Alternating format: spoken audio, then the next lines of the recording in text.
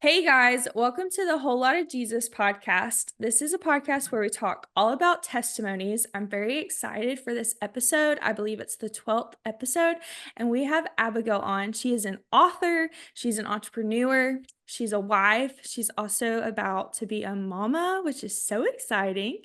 And today we're going to talk about her debut book, which is called The Colors of Rain. I've read it.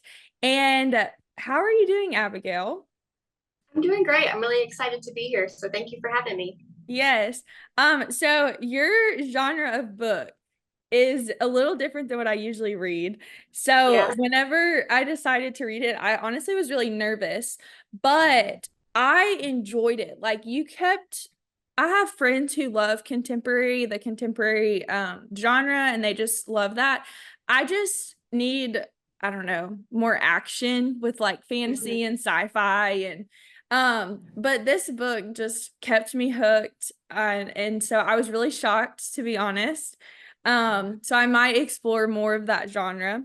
But I always ask this question for every guest. And so, what is the coolest way that you've seen God move either in your life or in someone else's?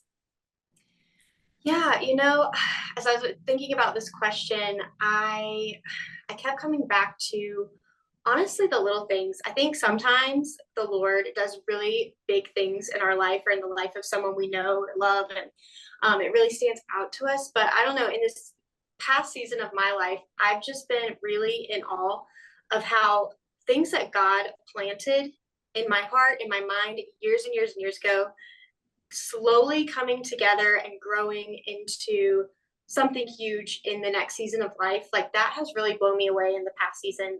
You'll kind of hear that in my testimony and my story with the colors of rain and my time in the pro-life movement, just things that the Lord placed in my heart, maybe even at a really young age. And then later it actually became something. And so I just think that's so cool how the Lord does that, like just little things that we don't think necessarily will come to something, but the Lord has big plans for it. And I just really have been admiring that lately. Yes, that's so good. And I loved reading at the end of your book, you write a note from the author, and we're going to kind of go into that. And I loved reading it because you talk about just the inspiration behind the book and like what inspired it. I don't want to give it away yet. But it's just this beautiful story. And I just loved what you wrote. I mean, I'm going to read some of it in a minute. And it was really cool because a lot of times I feel like what we're passionate about, or like what our calling or what our purpose is, if you will, is so tied to a lot of the trauma and just the things that we've gone through in our past. And like you talk about this with how God is such a redeeming God, and like he's all about redemption and just taking like your brokenness and just stuff you've gone through, bitterness and just different things in your life. And whenever I was reading it this morning, it reminded me of like, man, this is probably the reason that a lot of people decide to start movements or businesses or write books or whatever, is because they were at a broken, hard place, and then they want to help other people and inspire other people. And so that was just really cool to read. And it was also cool because I just submitted my book proposal to the Glory Writers for the Oh, fiction. yes, that's Yes, for the exciting. fiction book. Yes, I have to wait like two more, they give you like 8 to 12 weeks Yeah. or whatever. But and that story, that series is a lot about like what the Lord has like brought me through from my past and trauma. And it's like a whole different topic. It has a lot to do with like spiritual warfare stuff. Um, but I mean, they're all connected. But it was really cool reading your note because it's like, oh my gosh, like this is, to see like someone else and how God has used their story to literally make like a creative fiction story. It's so beautiful. So thank you for sharing that. Thank you for reading it and for, just being such an advocate for it. I so appreciate it. I wasn't really sure what the feedback would be like when I published it, of course, like I think every author is just like, oh my gosh, is it actually terrible? And I think I even told Victoria at Glory Writers that I'm like, if it's terrible, like just tell me. Like, I don't want to go through this if it's like so bad. But just the feedback and the support I've gotten has been such a blessing, and I'm so thankful to the Lord first and foremost, but just to the community that has like surrounded me since the book came out. And it's funny, everybody always mentions the author note at the end, and I almost took that out so many times. Like, I don't know why, I don't know what it was, but I was like, is this like, is anybody gonna like want to read this? And I put it in there, and that's what everybody always talks about. So I'm like, you know what? I have no idea what the Lord is going to use for people, and we're always just so surprised by what He uses. But yeah, I'm just so glad and blessed to see it encouraging so many people. Yes, yes. There was in this past season, God really showed me like there's a lot of times that he speaks through us and we don't even realize it. Like there were moments where like there was this one girl at college. It was right before we moved to Texas, when my husband graduated, and I was talking to this girl. And honestly, I thought I was just rambling. Like in my head, I'm like, she probably like, is like, why is she, telling this story or whatever. And it ended, she like, after I finished telling her, the story, she ended up like telling me like, wow, I've actually been praying about that. And it was so cool because it was like, what you're saying, like we don't even realize like what God's gonna do. Mhm. And it was just cool because it was like, oh my gosh, like I literally thought I was rambling. So like at Yeah, times when you think like, is this gonna do anything? Or like, is this even for a purpose? But I'm so glad you kept that in there because yeah. I feel like it made the story just, I don't know what the word is, but I feel like I cherish the story more because you like see your inspiration behind it and you see just the heart behind it. So I feel like it made it like that much richer when you read it. Um, so tell us a little bit because I'm sure the viewers are like, what are they even talking about with your story? So tell us a little bit about yourself, how you were raised, your family values, family dynamics. What are you passionate about? You can kind of like free answer it however you want. Okay. Yeah. So I was raised in a Christian home. Um, yeah, like the pro-life movement was always something like my family talked about. It was a big deal in just our home, and I'll get more into why that was such a big deal for us. But yeah, I was homeschooled growing up, which really contributed to my love for reading and writing. Because I was homeschooled, I eventually just ran out of books to read. I was constantly looking for more just good fiction to just devour, and eventually just started writing the stories I wanted to read as a kid. Come like middle school, I think my mom let me stop like normal writing curriculums and actually take like creative writing classes online for like adults. And so I was able to kind of work on those skills even starting back in middle school. And so that really contributed to my desire to write and to tell stories and all that kind of stuff. But yeah, I grew up in a family of entrepreneurs. We are all very like small business minded, do it yourself kind of people. And so I think that's why I went on like a hybrid publishing route, why Yeah. I kind of wanted to self publish because like I want to do it myself. Like I want to be like the person who does this myself. So anyway, I think all of those things really contributed to where I'm at now with all that. So Yes, yeah. that's so cool. My husband, he's an entrepreneur, and which like I kind of I don't I he reminds me so much of Victoria. When I interviewed Victoria, Yeah. I was like, you are the girl version of my husband. Yeah. And he was the same way because originally I wanted to publish traditionally. And he was like, Yeah. Carly, he was like, we can do it ourselves. He was Yeah. like, we can go the self-publishing route. It's just, I guess, how y'all are like wired and just, I Yeah. don't know. And over time, I feel like God like really wanted me to publish with the Glory Writers, and so that's why I Mhm. submitted the book proposal. But it's so awesome that they provide like a hybrid.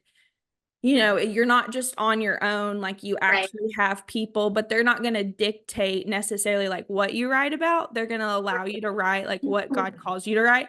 And I Mhm. really liked that because I don't know if you've ever been to Realm Makers. Sorry, my mind, pregnancy brain, my mind went blank for a minute. I was like, what is that called?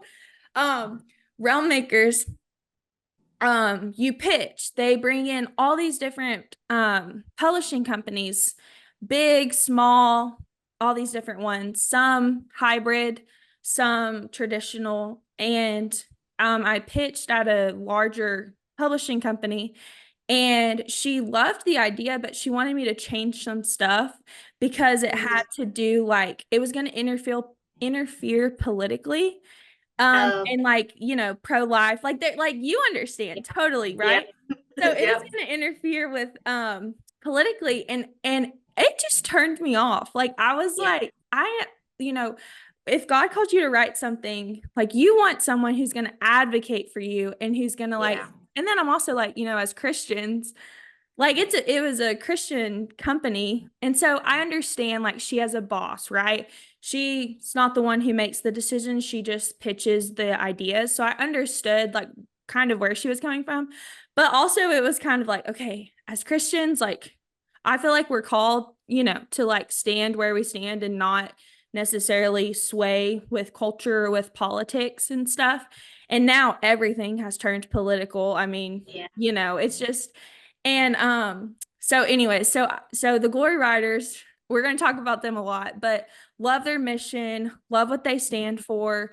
They just they're just an awesome community. So if you're a writer or if you want to read, I mean they offer middle grade, fantasy, contemporary. They're really branching out because it's Yeah. kind of newer. I don't know how many years Victoria has had it, but it's on the newer end.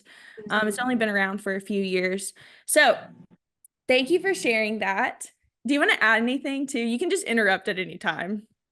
Oh no, I just want to piggyback. Like Glory Writers has been incredible, and working with them, like you said, when you're writing a book that is as pro-life as mine, like there's just not much you can get away with when you work with like a bigger publisher, even the Christian ones.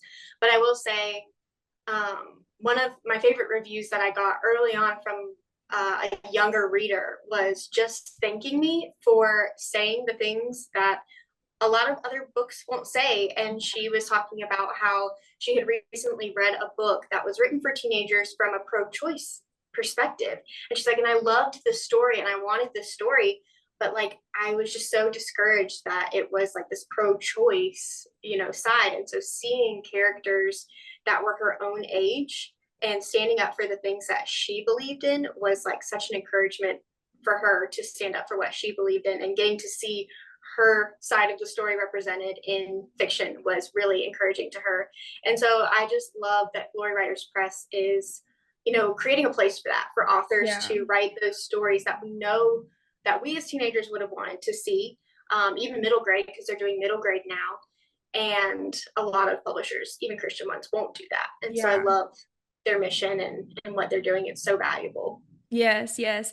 And last thing before we go to the next question, we went to a church conference and I actually might email them. I still haven't, but they had a bookstore. It was a big church, it was a mega church where they held the conference and they had a bookstore. And I went in and they had children's books, which are fiction, then they had Christian living, and then they had Bibles, but they did not. I was so upset because I was like, there were no middle grade, there's no Christian middle grade, and there was Yeah. no fantasy, there was no young adult fantasy. And I'm like, okay, as a teenager, like, what are you going to read? Like, Yeah. what are you going to gravitate towards? The entertainment you're going to gravitate towards, it's got to be fun. It's got to, it's got to be entertaining. And I told my husband after the conference, I was like, I want to email them and not like in an upset way, but I just want to, let them know like, hey, like I really feel like y'all need to provide books for the younger Right. generation because if not, they're gonna read like Yeah. really bad. I wish I had a better word for it, but they're gonna read stuff that contradicts God's word because it's entertaining in what you said, the storyline, and there's good godly stuff out there.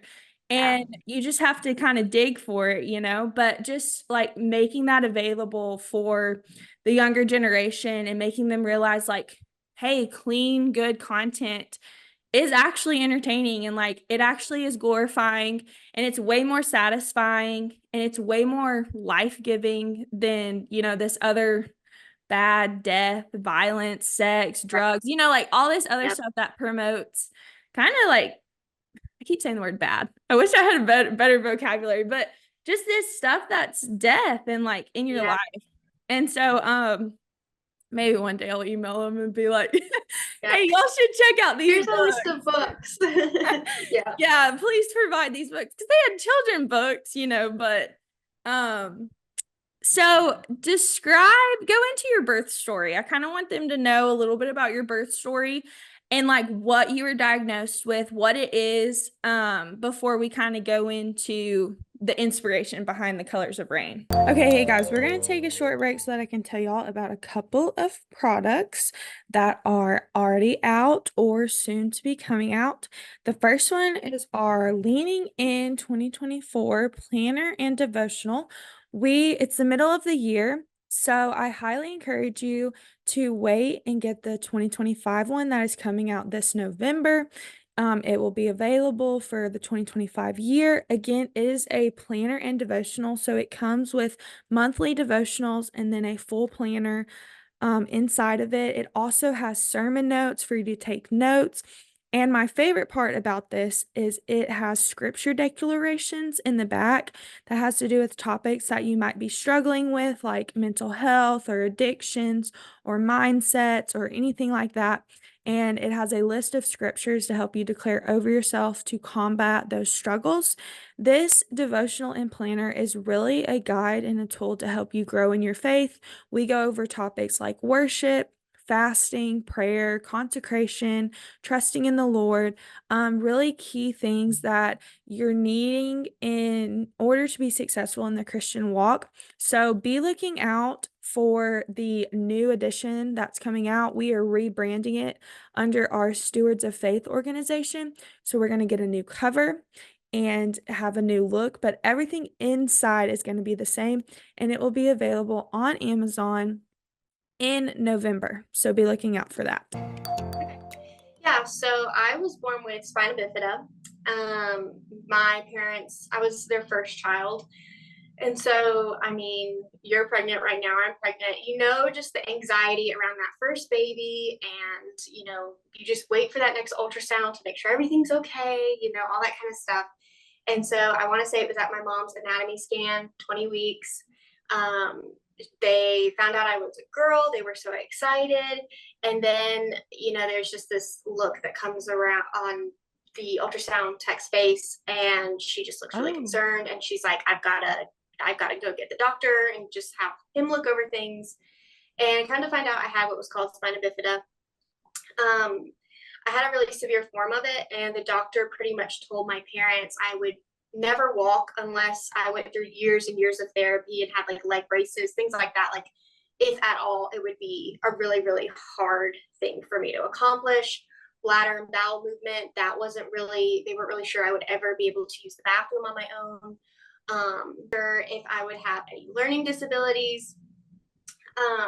It could mean a whole bunch of things. Basically, they told my parents her quality of life isn't going to be great. It's going to affect your quality of life. So you should just abort and try again. And my mom was a longtime believer. My dad was a new believer. And they were like, there's no way, like, no question about it. That's our daughter. And we're not aborting.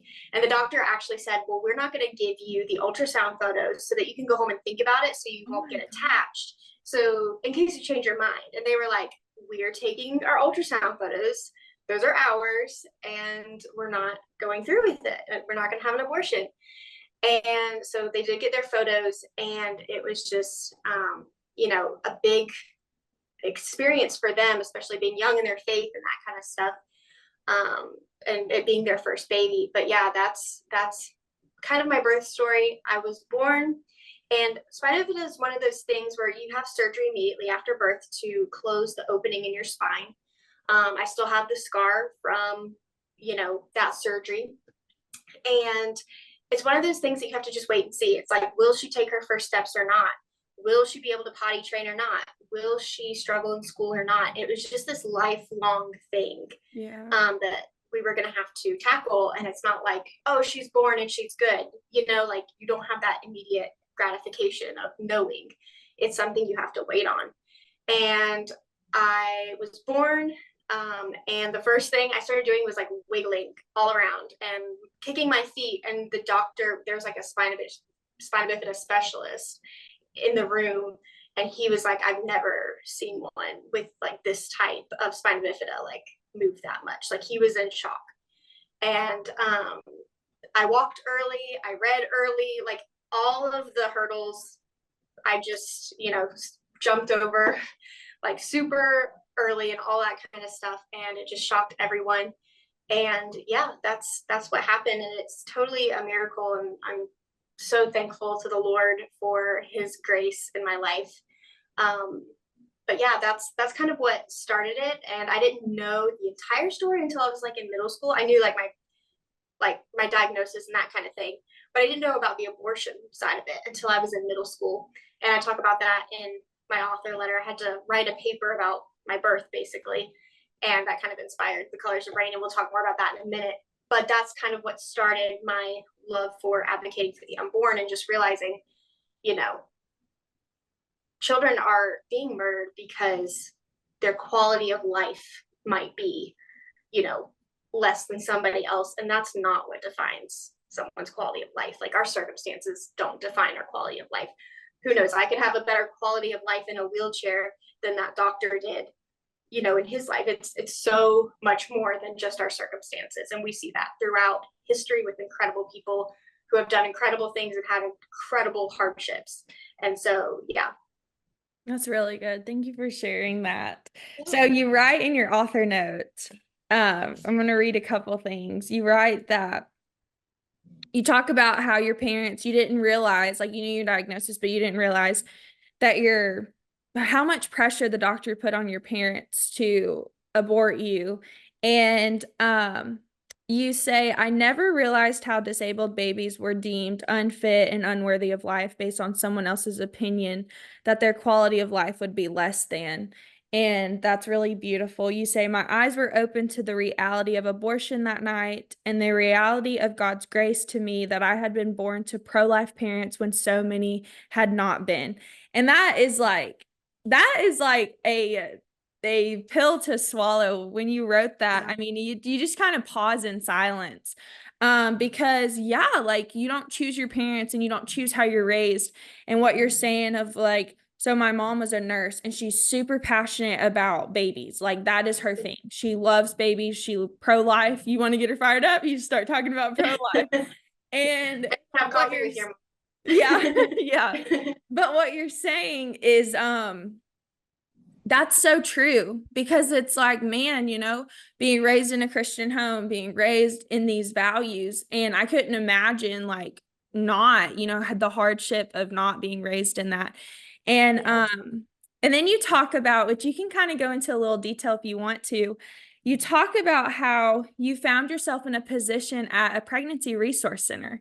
And you touched on that a little bit at the beginning of this, but kind of go into the darkness that you saw and the women that you talked to and just really what you learned through that experience and how it really just molded you into who you are today and like what you believe and things like that.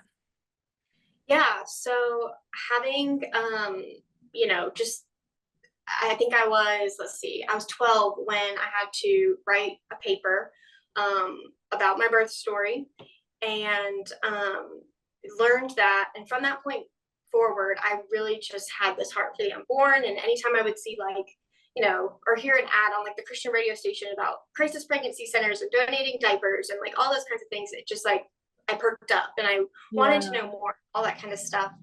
And at the time, I was actually studying to be a doula, which if you don't know what that is, it's kind of like in a way, like a nurse, but they're not medical. But during labor, they're kind of like your emotional and practical support. So they'll help you with your breathing, and they'll go get food for your husband if he needs it. They're just kind of like that extra support person.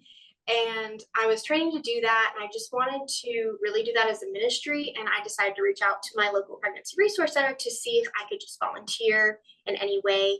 And I walked into that center and I was absolutely shocked by what they had to offer. Like, I don't know, I kind of had this idea that, like, these moms could come get diapers and like that's really great. And it is not like that. Most of them do so much stuff. They're medical centers, they do pregnancy tests, they do ultrasounds, they offer so much to the community. And then they do like counseling for options. Like they'll tell you the truth about abortion. They'll tell you that your chances of suicide are going to go up if you have an abortion.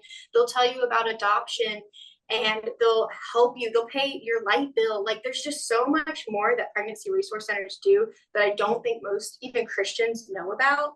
And I fell in love with it and I immediately started volunteering once a week. I was like 18 at this point, if that.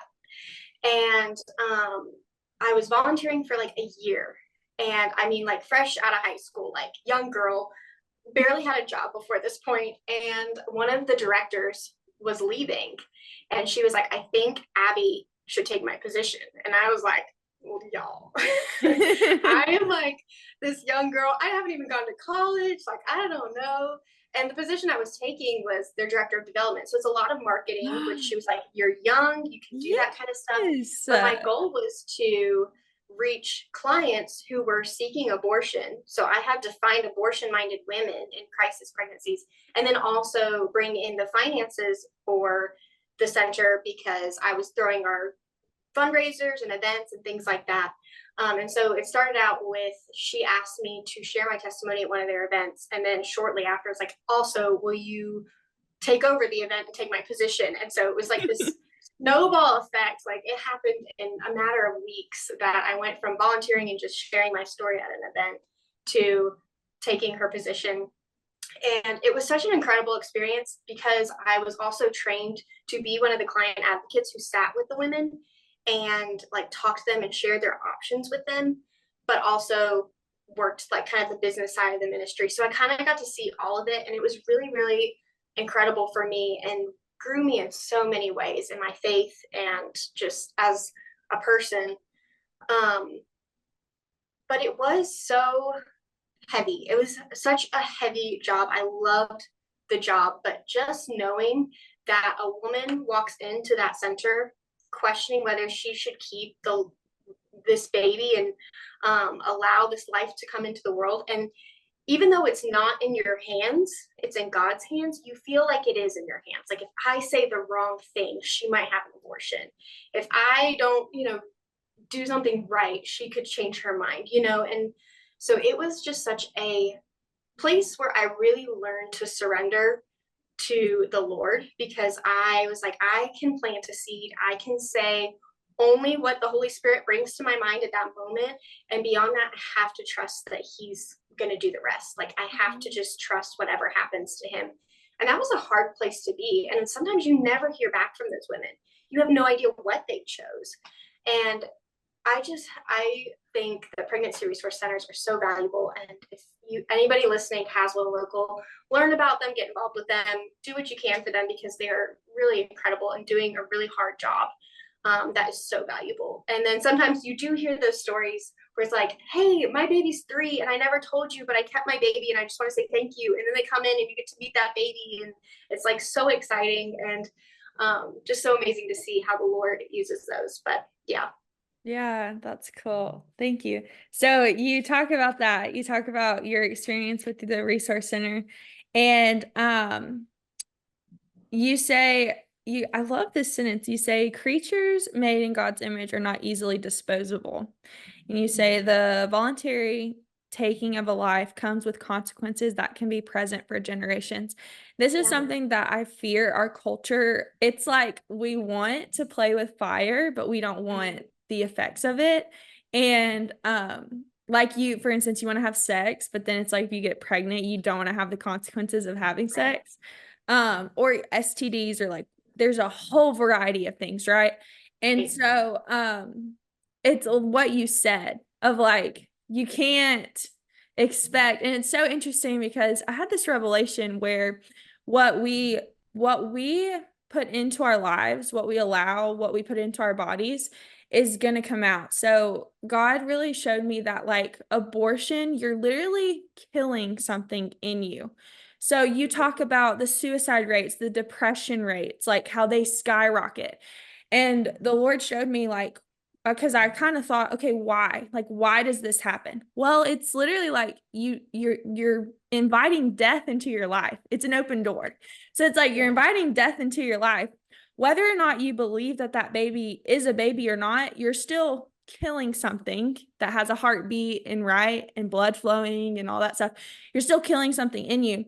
So the effects of it are still gonna happen to you. Just like if you were to have something that gives you life, you're probably gonna have more joy and have more happiness and have right. And so it was just this revelation of, yeah, they're having these consequences because they literally are inviting, if you will, the spirit of death to come into Yeah. their life. And it's just an open door for that. And I don't feel like we have enough many people don't have that understanding of, well, I just am gonna nip this thing in the bud, but Yeah. it's like, well, what you realize, like generations, right? You're opening the door for it for generations. Okay, guys, I'm so excited to tell y'all about our second product that is coming out for the Stewards of Faith organization. This is going to be under the Stewards of Finance. It is a planner and devotional all about generosity, personal finance. We go over debt. We go over a lot of things that has to do with finance, but from the biblical perspective. We are also going to help you set goals when it comes to your finances, learn how to budget. Think about Dave Ramsey, but with a little more biblical inspiration inside of it. We're going to include scripture declarations specifically that revolve around being wise, self-control, finance, and we're also going to provide you with personal finance resources and tools in the back of it. This is going to become available this November, the same time as the Leaning In 2025 planner and devotional. We are so excited about it. So if you want to better your personal finance, generosity, and just budgeting skills in 2025, this is a great resource for you to check out. So you also say, you talk about how much you wanted people to consider the truth with abortion and just pro-life things in your letter. And you said, I wanted to show the pain and the loss that abortion leaves in its wake in a world that glorifies it as empowering and merciful. You write beautifully, Abigail. Oh, And thank you. you kind of go into like the effects of abortion, right? Talking about suicide rates. And we actually had our college pastor's wife. When she was 18, they were an unbeliever at the time. They weren't married. They didn't get saved until later in their 20s, but they got pregnant and they had an abortion, and she struggled for many years, like with depression, suicide, like it really affected her life.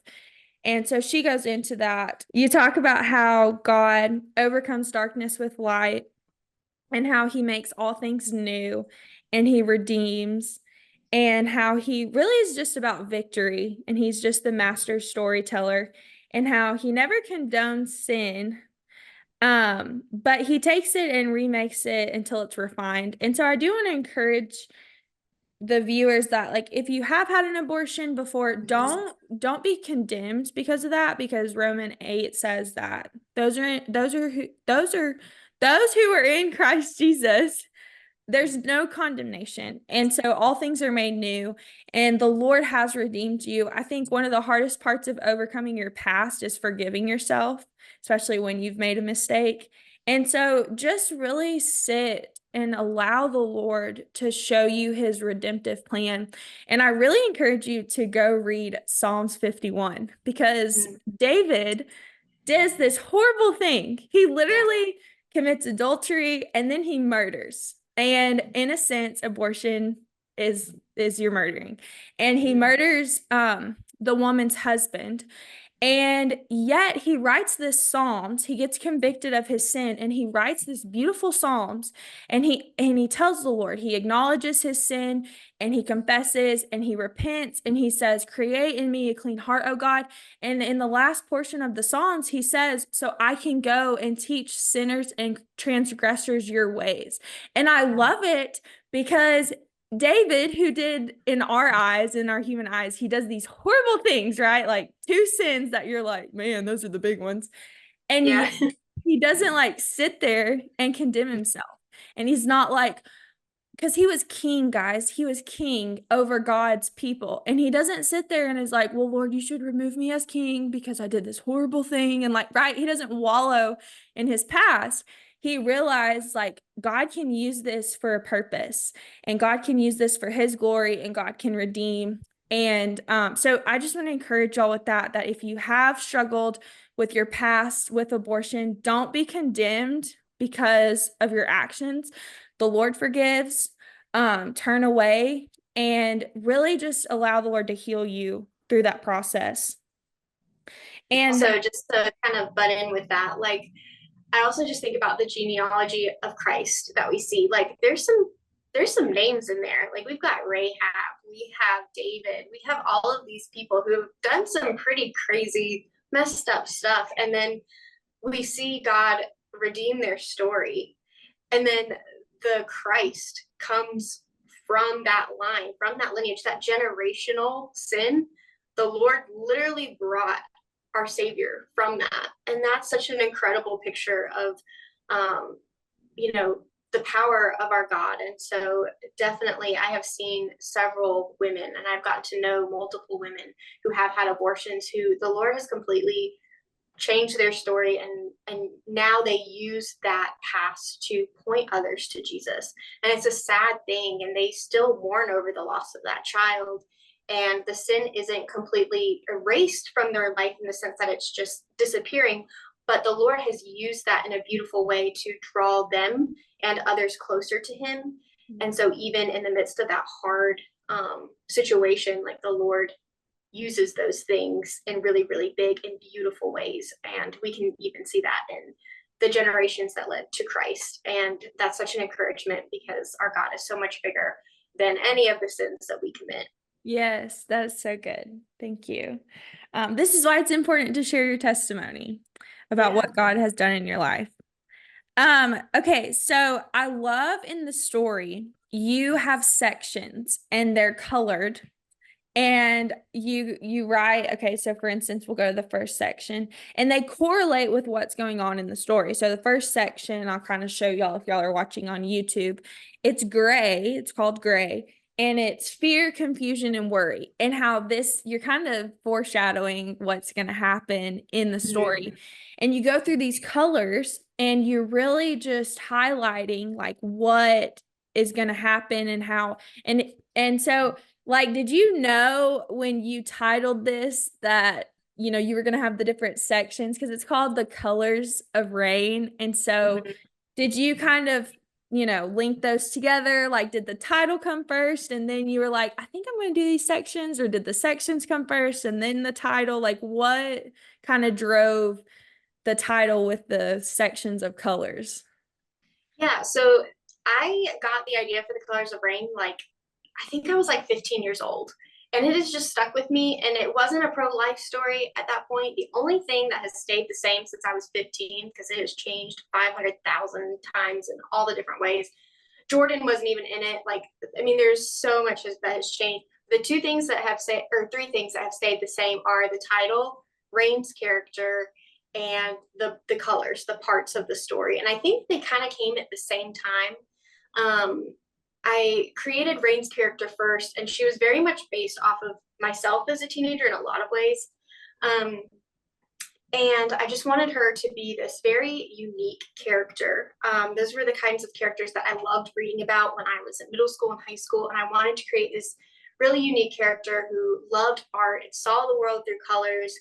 And her name was Rain, and that was just there. And so then I created the title, The Colors of Rain. And I was like, if she sees the world through colors, I want the reader to see the book and her story through colors. And I wanted, it to just kind of be the storytelling tactic of like, we kind of get a little bit of a look of like, oh, yeah, I can see how the hard parts of the story would be black. I can see how blue can be calm and peace and surrender. Like, the tide and the ocean, and like I wanted the reader to kind of see it the way that her brain sees it. And so they've kind of been around for a while. But yeah, that's like one of my favorite parts about the book. I don't know, it's just like it just makes me so happy to have like these color coordinated sections in the story, and I really love that. And Gloria Writers did an incredible job of like designing the pages and just making it look so cool. It's just such an aesthetically pleasing book, and that just in itself makes me happy because I told Victoria, I'm like, it's a book about art, and I need it to be artistic. I need us to be creative with it. And she's like, I'm on it. Like, absolutely, let's do it. Yeah, yeah. Yeah, I really enjoyed reading it with the different sections and seeing how they correlated. So, what message do you want to spread with your readers and through the impact of the colors of rain in your story? I know pro-life, but kind of go into like really what you want them to grasp from all this. Yeah, like I said before, I was really afraid of reading the reviews. There was a point where Victoria even offered to read the reviews first for me because I was just so nervous about it.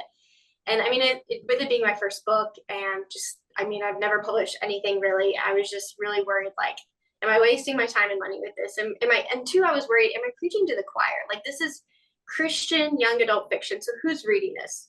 Christian young adults, like, who are probably already pro-life, who are probably already, you know, saved and have their testimony. Like, what is this book going to do? You know, and I think, of course, we have those thoughts of doubt anytime we're doing something big like this. And I just kind of went for it, and the reviews started coming in, and I was just really shocked that it was the Christian young girls who were reaching out to me like, oh my goodness, you had no idea, but I'm 16 and my dad passed away like this many years ago, and I saw so much of myself and learned so much from Evan's story.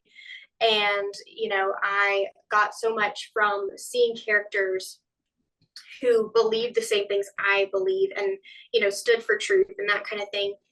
And just like we were saying when you were talking about that conference you went to and them not having, you know, Christian fiction for teenagers, like, teenagers are looking for stories that they can kind of see themselves in, and also that encourage them and inspire them to be bolder about what they believe. They're looking for these stories, and it's so important because they are the next generation.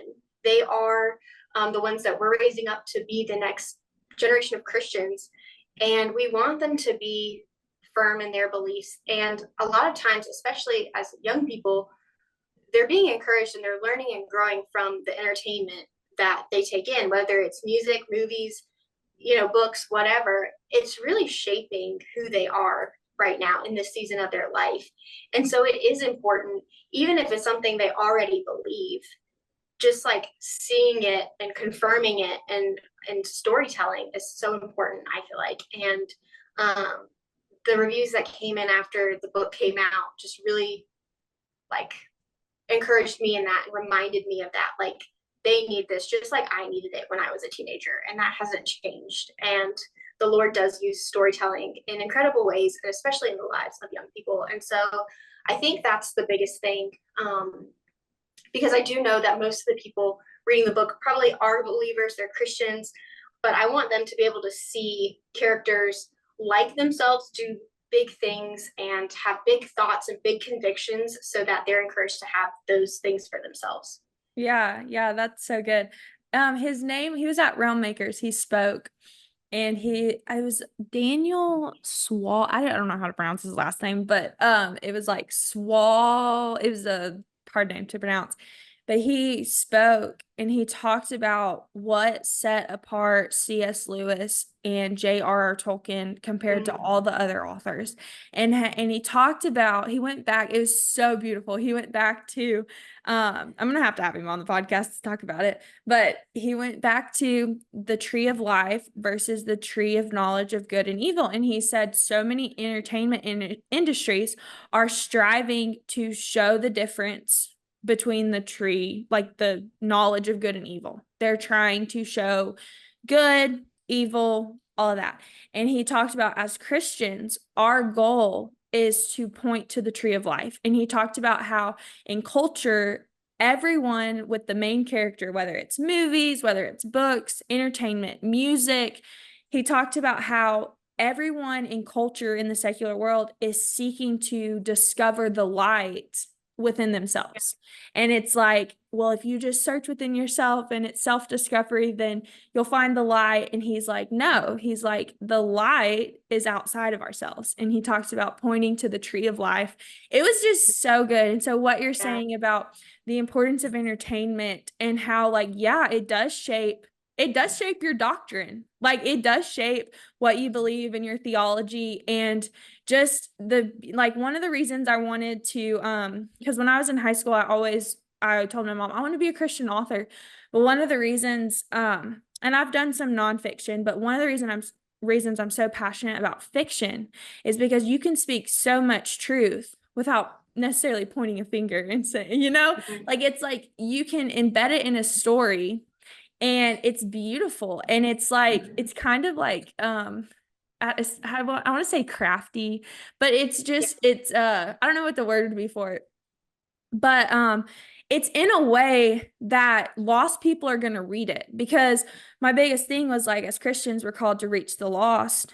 And you are also called to disciple other Christians and reach other Christians. But what I love about Christian fiction, especially in the fantasy contemporary genre, because the deal is, somebody could read your book and be lost and not, like, it doesn't mention, like, necessarily, like, big Christian, like, it's pro-life, but do you get what I'm saying? It's like they Yeah. could read it It's not and necessarily like a sermon.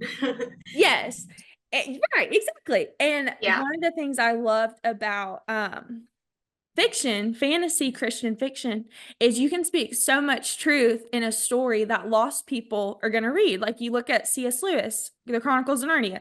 You look at oh my gosh, I'm having pregnancy brain. Lord of the Rings, The Hobbit. It's like there's so much truth. There's so much Christ being fulfilled in those stories. But it's literally what Jesus did with the parables. It's like, in a way that it's just so cool. So anyways, that's something that you're passionate about. Babies, I am passionate about that. I could go on that forever. But we'll go to the next question. The second product that I want to share with y'all is our creation devotional, which is a 90-day devotional through the book of Genesis. If you have never read the whole book of Genesis, I really encourage you to get this devotional. If you struggle with reading the word daily and you want to learn more about the word, this is a great tool and resource, because we go over pretty much everything that happens in Genesis. We don't go verse by verse, but we do go over the stories, all the stories that are in Genesis, to really help you understand God's creation, how he created the world.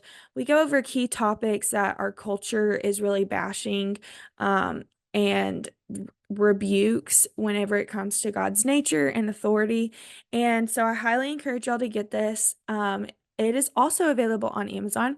And our second one, which is Deliverance, which is a 90-day devotional over the book of Exodus, also comes out in December. So if you want to grab this, go through it before the second book comes out. This is a part of our Bible Defo collection. We are actually going to go through the entire Bible and make devotionals based on the books of the Bible. I'm really excited about this because the mission is really just to teach you more about the Word, what's in the Word, and also help you ignite a spark of love for Scripture. So again, this is available on Amazon. You can get it today, and be looking out for our next one, which is called Deliverance, that goes through the book of Exodus, that comes out in December. So any updates on book 2? I know you originally said, this is going to be a standalone book, and then I think was everybody asking you about when's book 2 come out? When's book 2? So what is up? What are your plans? Do you have other writing ideas? Like, what is happening? So I've bounced around a few ideas for a second book, but I don't know. I don't want to give away the ending of The Colors of Rain, but I ended it very strategically. Like, the end is a very big deal, and I really wanted readers to just sit there and kind of like be there for a while. I just felt like that was really important. Some of the most like impactful fiction books I've read have been that way, where it's kind of a melancholy ending where you just kind of like sit there for a while and you're like, wow, I cannot stop thinking about this ending and like, what's after this? What's next? And like that's kind of not knowing is just as like a big of a deal as the rest of the plot. And so I keep going back and forth. Like, would it be, because I don't want to just like write a sequel. I feel like sequels can be that way where it's like the author will just like write it because everybody asks for it and it's a money thing, or Yeah. you just do it just because, and it's not like it just doesn't hit the same way the first book hit, and it's like you should have Yes. just left it alone. And so I don't want to do it unless I feel like it's going to be really impactful and it's going to be really important and it's going to bring as much value to the plot and to the storyline and to these characters as the first book. Like I don't want to do it if it's just like, well, I guess I'll just make something up, whatever. And so I had a few ideas, but I haven't really like come to a full decision. I still feel like I'm leaning towards not doing a sequel. But other than that, I don't have anything I'm working on right now, which this is like the longest I've gone without writing in a long time. And I just got married in September, and now we're having a baby and we're building a house and all this stuff. And I think that contributes to it. But also, I don't know, I feel like I'm not the writer who just cranks out a ton of stuff. It's usually a story that I'm really, really passionate about and can't not write. And it will just come every so often. And that's when I crank out a book. But until then, I'm just not motivated to like sit and write just like a bunch of stories. It's like, no, this one is important. And that's why the College of Writing is here, is because it stuck with me from the time I was 15 and then finished my time in the pro-life movement. And I knew what that story was supposed to be. And it happened. And I made it happen. Um, and so I don't think this is my last book. I don't think this is the end for me or anything, but I'm not there yet. I haven't figured out what's next Yeah. just yet. So I'm sure it will come to me though. Yeah, I'm glad you said, because I know one thing, I totally get that, Abigail. Like the fiction book, that it's a series, it is a series, but it has progressed over time. But I look at like other authors and they just write Yeah. literally And all the some of them are time. so good. Like Yes, yes. people that are so good at that. Like I have a friend who like you give her a picture and she can come up with a 6 series book on the spot, and it's an incredible plot. Yeah. Like I am not that kind of a writer. And Yeah. I admire that. Yes, and it's like, but what you're saying about like you want to write stuff that you're passionate about, and that's something that like has grown over time with this story, is like there's things that you're super passionate about. And for a while, I was so discouraged because I was looking at all these other authors and they're writing like left and right and publishing left and right. And it's like, okay, well, I feel called to write this book, but does that mean I have to, write all these different, do all these different things? And I love it. There was a pastor that said, like, learn to stay in your lane. Like, know what Mhm. your lane is, know what God Mhm. has called you to do, and don't look at the other lanes. And that is Yeah. so tempting. Like, I really struggle with looking at like entrepreneurship. There's things people do, and I'm like, man, should I be doing that? Like, should I be, or like writing, or like being a wife, or Mhm. whatever. And it's so tempting to like look. But I just love that you said that, because it just confirms that, like, again, stay in your lane, and like what God's called you to do, He's gonna tell you. Like, I think Yeah. sometimes my husband asked me yesterday, he's like, how do we know? Like, what if we pray about something and we don't hear it? And then I'm like, well, I feel like if God wanted us to do it, like He would tell us, like you wouldn't be sitting there like, should I do this? Should I not do this? Like, if you don't hear anything, He might just want you to wait and like not, but I feel like as humans, we want to like rush into it. We're like, I Yeah. have to hurry up and make a decision. Like I have to, you know. Yeah. So, last question, or actually, I'm sorry, there's two more. So, where are you at in life right now? You kind of mentioned entrepreneurship, marriage. Just kind of give Yeah. us a picture of. Yeah. So, goodness, my life since like I don't know, 2019 has just been like this crazy whirlwind. It like hasn't stopped. I went from being in the pro-life movement to like moving to a new state. I got a wild hair idea, and my brothers and I started a coffee shop, and I did that for a while, and they're still running it. But I then met my now husband, and he was on track to be a missionary, and we were supposed to be heading overseas like shortly after getting married, and then the Lord closed the door on that, and then my book came out, and then not long after that I got pregnant, and now we're building our house, and so it's just been a lot of things over the past few years, and now it's like quiet, like it's just stopped, and I'm so thankful because I could really use a season of rest, but I'm also kind of like restless in the sense of like, okay, like I've been going for a really long time, and now it's just nothing. But honestly, I really am grateful for this season that I'm in, where it is a lot slower. We're still building our house, and we're living in a camper right now, which has been an adventure in and of itself. So yeah, we're just right now, I'm just kind of adjusting to being a wife, preparing to be a mom, house building and homemaking at the same time. And yeah, it's just kind of slow living, and I'm loving this season. I'm loving where the Lord has brought me. It's just like I was saying at the very beginning, like the Lord put pro-life stuff on my heart at a young age, and he brought that, into place and at the right time. And I've always wanted to be a wife and a mom, and he's bringing me to that place now. And so it's just really neat to see the Lord bringing these new seasons about and getting to just enjoy these blessings. And I love where I'm at right now. So I'm really thankful. Yeah, that's good. So last question, where can people find you? Your socials. I'll also put them in the description below. Your website, if you have a website, where can they buy your book? Things like that. Yeah, so I'm on Instagram. That's my number one place that you'll see me interact. And my handle is Abigail Hayven, Hayven. It's a little bit different than most Havens. And I have a Substack blog. I've kind of slowed down since getting pregnant with the Substack blog, but I'm hoping that once we move into our house, I can get back to that. And then my book, you can buy it on Amazon. That's the quickest place you're going to get it. You can get it on the Barnes & Noble website. I believe Glory Writers has it on their website.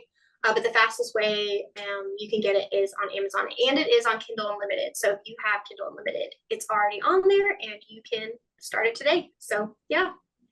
Cool. Well, thank you so much, Abigail. Do you have any last thoughts before we close out? No, I'm just so thankful to be here, and I've so enjoyed this conversation, and thanks for having me. Yeah, thank you so much for your just being vulnerable with your story and just all the work that you've done. And I can't wait to see, what else the Lord has planned for your life and everything you're going to do in the future. So thank you. Thank you.